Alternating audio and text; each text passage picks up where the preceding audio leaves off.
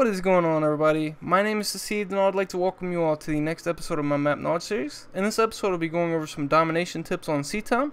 I'll be showing you all the spawn points around each of the 3 flags, some nice lines of sight, and also a starting route split up into 2 parts. So we'll kick it off with the A flag. There are 4 A flag spawn points, one of which I have found is primary, and it is the one inside the castle where the initial A flag spawn point is, and that is it right here. The other 3 spawn points I have found are secondary spawn points, and they are kind of spread out over here. One's upstairs, one's downstairs, and there's also one kind of sitting out in the middle by the A flag. So we'll head off to the B flag. There are 4 B flag spawn points, and these are kind of spread out too. Just depends on which flag combination you have, C, B, A, B, as to whether you spawn on each side of this. But there's spawn points over here by the dumpster.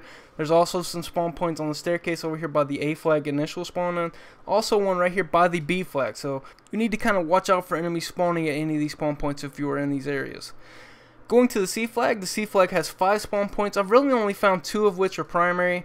One is right here, and the other one is at the initial C flag spawn in when you start the match. I believe the 3 remaining spawn points for the C flag are alternate spawn points, but you still need to watch out for those spawn points. Jumping into our starting route here, I have this one actually split off at 2 different areas, or 2 different ways you can go off of the intersection here.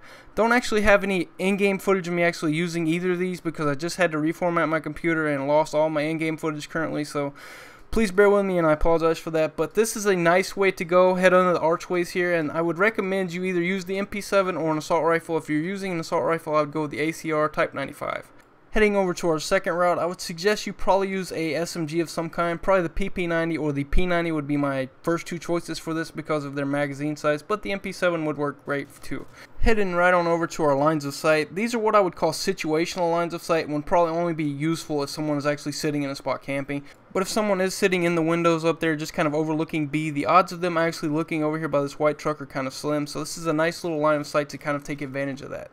Now heading over to the other side, if someone is camping up on the balcony up here on the other side of B, or in the windows up here, this is a nice little line of sight. Just get on the back of this truck right here. You're going to have a nice little line of sight to them, and you're going to have cover behind the box right here, but you can see the windows and everything easily. Now this one's a little bit tricky. I had to pull my pistol out to actually get here, but this is a nice little line of sight kind of looking down the alleyway toward B from the C flag. This is a fantastic line of sight. Going over here back to the castle, there are some spawn points through these archways over to the left, so you can take advantage on the staircase right here and kind of shoot anyone spawning in these areas heading over toward the C flag.